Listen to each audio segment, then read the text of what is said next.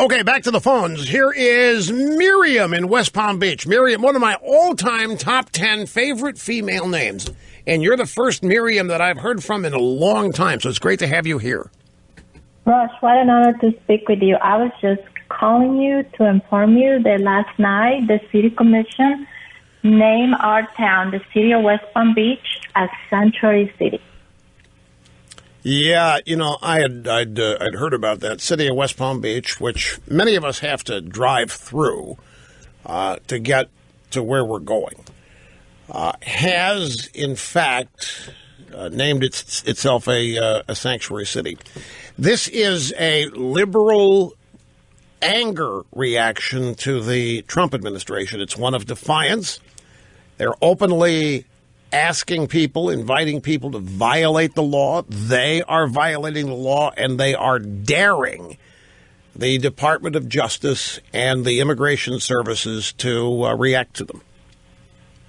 They sure are. I mean, they're calling it the welcoming city. That's what they call it. Right, welcoming city. They want to be known as a welcoming city. They want to be known as a target. They want to be known as a place where they'll be safe and protected and so forth. Illegal immigrants and refugees. Were you aware, Miriam, before this happened that it was being debated and being contemplated, or did it catch you by surprise? Well, I actually was last night at the city hall where they were having this meeting. I attended the meeting last night at the city hall. Was the public allowed to comment on this? Yes. Did you? I don't think that there was not a lot of, news out there about it, but there were a group of us that were there opposing this designation. That didn't matter. I didn't think, no. They were going to pass this anyway. Who is the mayor of West Palm Beach? Who is it now? Jerry. Yeah, right. Jerry Murio is the mayor. Yeah, it used to be Lois Frankel. The city was a lot more fun when Lois Frankel was mayor. It was screwy. It was crazy. It was wacko leftist. But at least you could run into her. At dinner, she'd follow you into Sprinkles. Get ice cream. Oh, what are you going to do? It's just another reason not to stop as you're driving through. I'm joking about that. But seriously, this is a bunch of leftists and a bunch of Democrats trying to react in a show of defiance.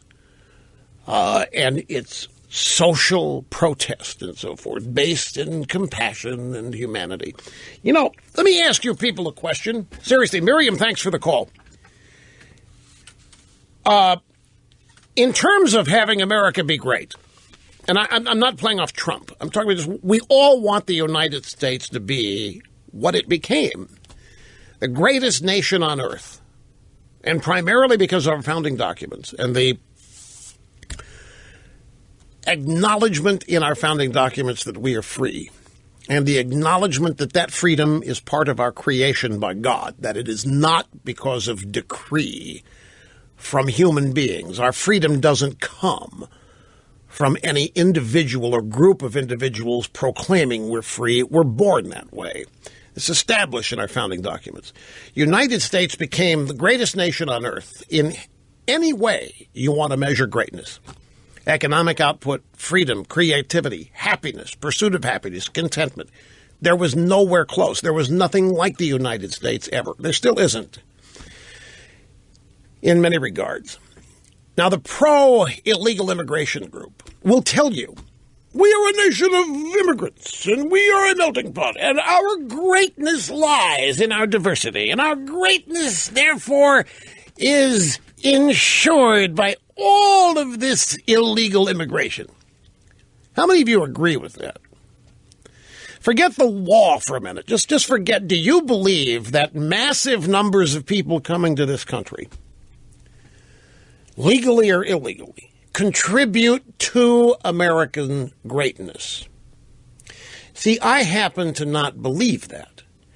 The left wants you to believe that the United States does not have a cornered market on making nations great, that we kind of stumbled into it, and in many cases our greatness is because we've so mistreated many people around the world. That our greatness is not just and earned, and that it really isn't greatness, that we're imperialistic, that we've stolen all the things we have from other people around the world. And that's one of the reasons we need to let them all back in, because it's really theirs, and we've stolen from them, and they want an opportunity to reclaim what was once theirs. Kind of like the rich getting rich by stealing from the poor. The math doesn't work out, but the Democrats still live by it.